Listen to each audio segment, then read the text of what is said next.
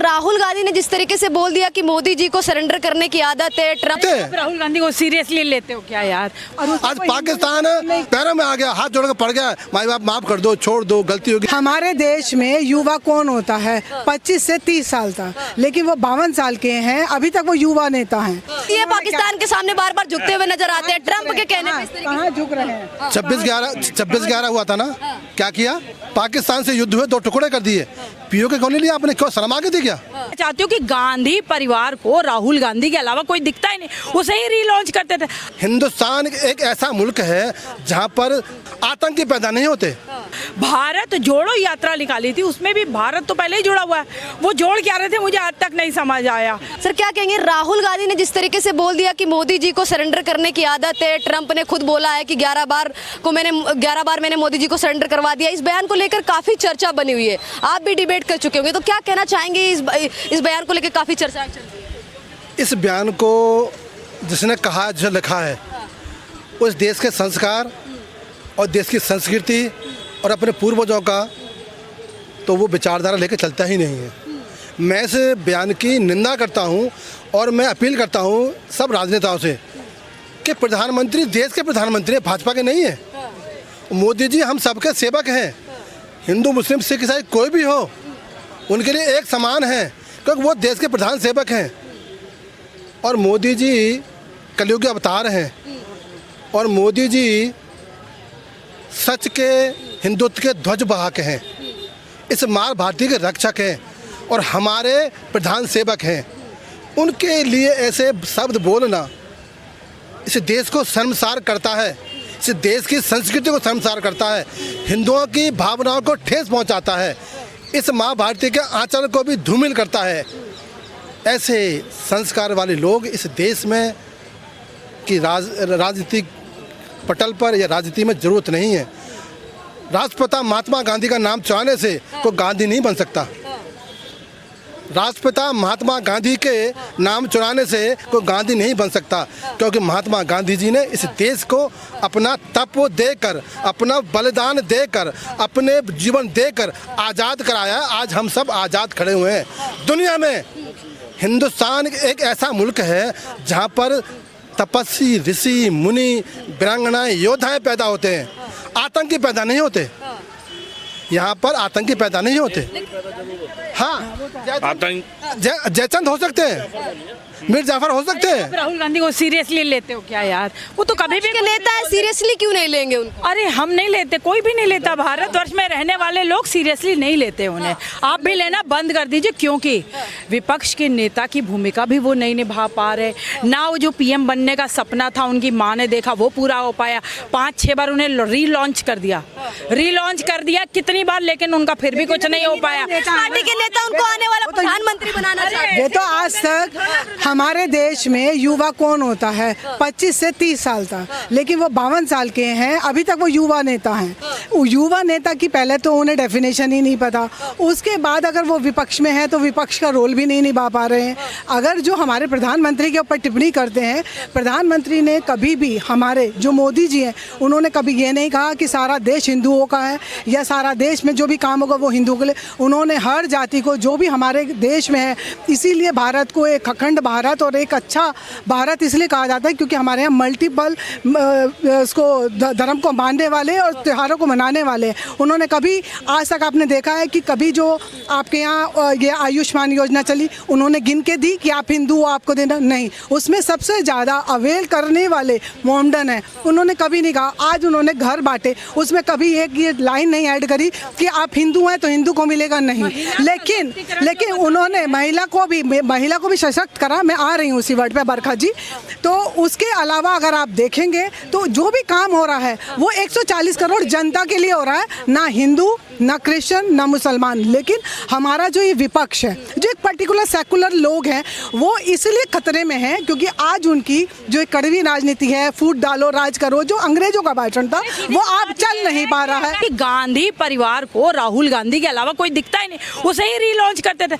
अगर लॉन्च प्रियंका गांधी को कर देते तो भी बहुत चीजें बेहतर हो जाती।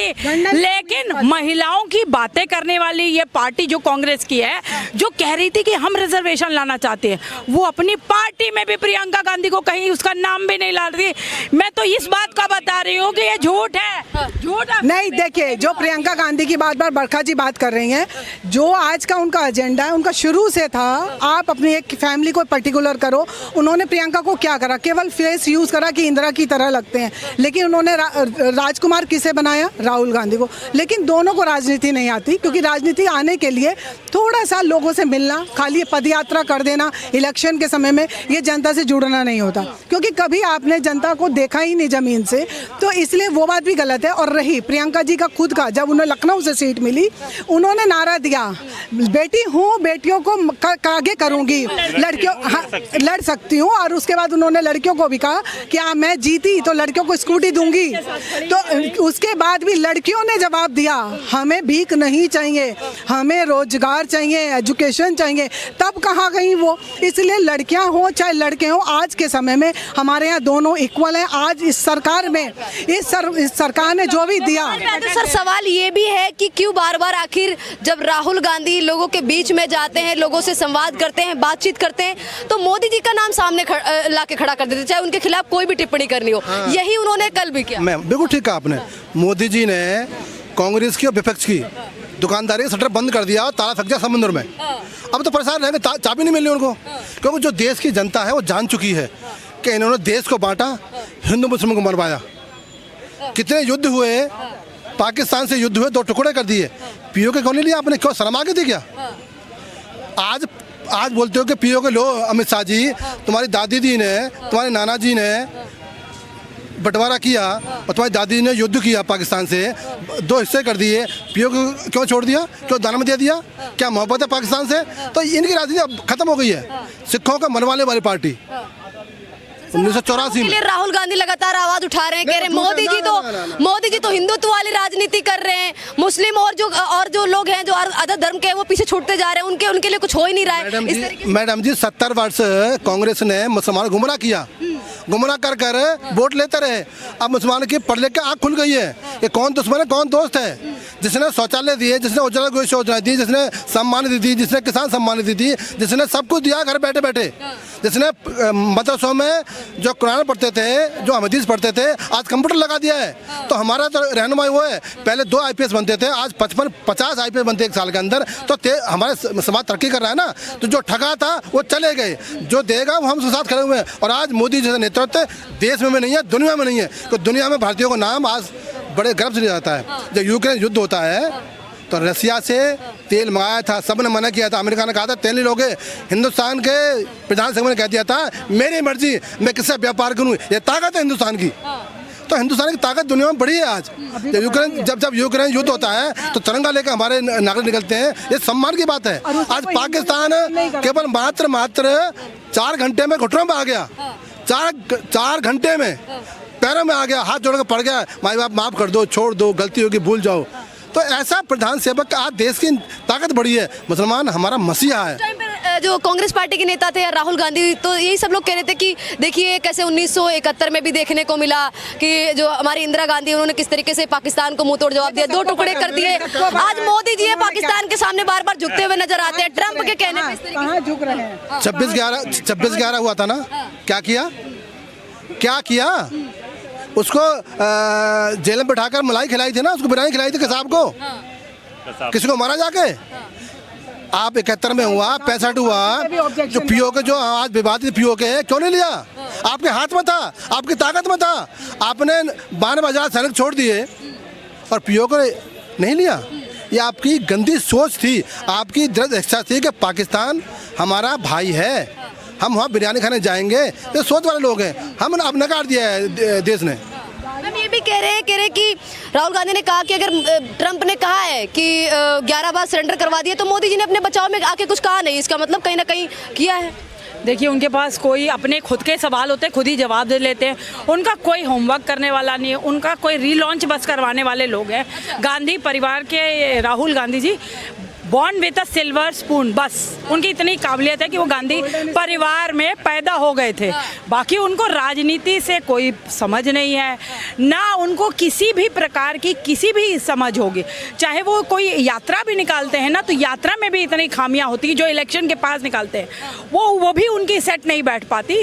वो जो भारत जोड़ो यात्रा निकाली थी, उसमें भी भारत तो पहले ही जुड़ा हुआ है, वो जोड़ क्या रहे थे मुझे आज तक नहीं समझ आया। तो उनकी मैं वाकई में जो आपको कहा था ओपनिंग सेंटेंस कि हम उन्हें सीरियसली नहीं लेते, अभी कुछ दिन पहले ही मेरे को इनवाइट किया गया था पार्लियामेंट में, मैं गई थी, मोदी जी का बोल रहे थे राज्यसभा में, और मैं वहाँ गई, लोकसभा में भी और राज्यसभा में दोनों जगह पे, और वहाँ पर राहुल गांधी जी सिर्फ लेफ्ट राइट अंदर बाहर घूम रहे थे, वो सुन भी कुछ नहीं रहे थे, क्योंकि उनका काम आँख मारना, हंसना, बेवकूफ़ी भरी बातें पूछना। अभी कुछ दिन पहले आपने सुना ही होगा, प्रेसिडेंट साहिबा जो मुर्मू जी हैं, जो कि किस जगह से उठ के आती हैं, कितनी मेहनत, हार्ड वर्किंग वो महिला हैं, और जिस दलित को आप ऊपर उठाने की बातें करते हो, एक सुर में पूरा देश बोलता है कि दलित को, उनके लिए उन्होंने क्या कहा था आप सबने सुना था। तो उनकी होछी मानसिकता है और उनकी इतनी नीच हरकत है कि वो मोदी की हेट्रेट में देश बेच सकते हैं।